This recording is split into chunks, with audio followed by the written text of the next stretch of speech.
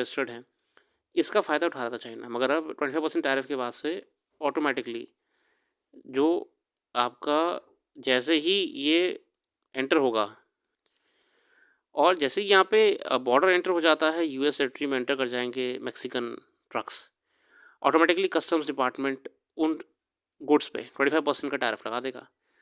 Ultimately ये target China को ही कर रहे हैं।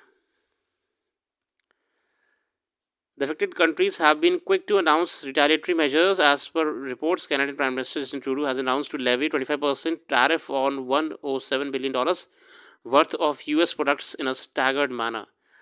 Mexican President Claudia Sheinbaum is reported to have directed the economy minister to implement tariff and non-tariff measures to defend the country's interests.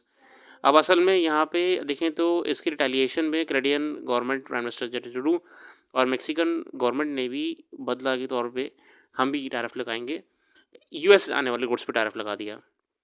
हालांकि अब मैं आपको बताऊं इसमें होने क्या वाला आने वाले समय में इन जो ये टसल हो रही है, ये ट्रेड वॉर वाली, इसका नुकसान मार्केट उठाना पड़ेगा। और मार्केट ने रेड होना धीरे धीरे दिखाना शुरू कर दिया है।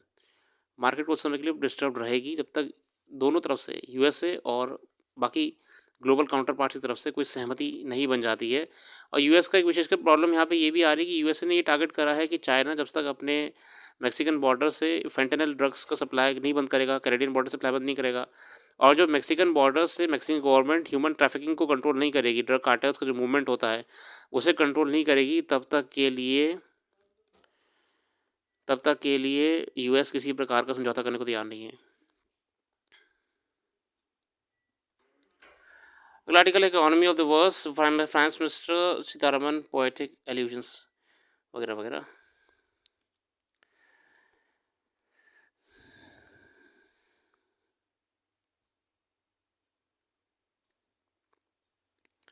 Stopping short of the farm, the big question from the agriculture segment of the union budget FY26 is whether it can bring in climate resilience and augment the productivity and incomes of farmers and farm laborers.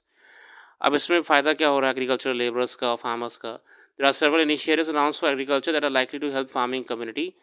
Special focus on statistics to augment agriculture productivity, promote sustainable farming practices and crop diversification. प्रयास करा जा रहा है कि farming sustainable farming activities को promote करें, crop diversification promote करें वगैरह वगैरह.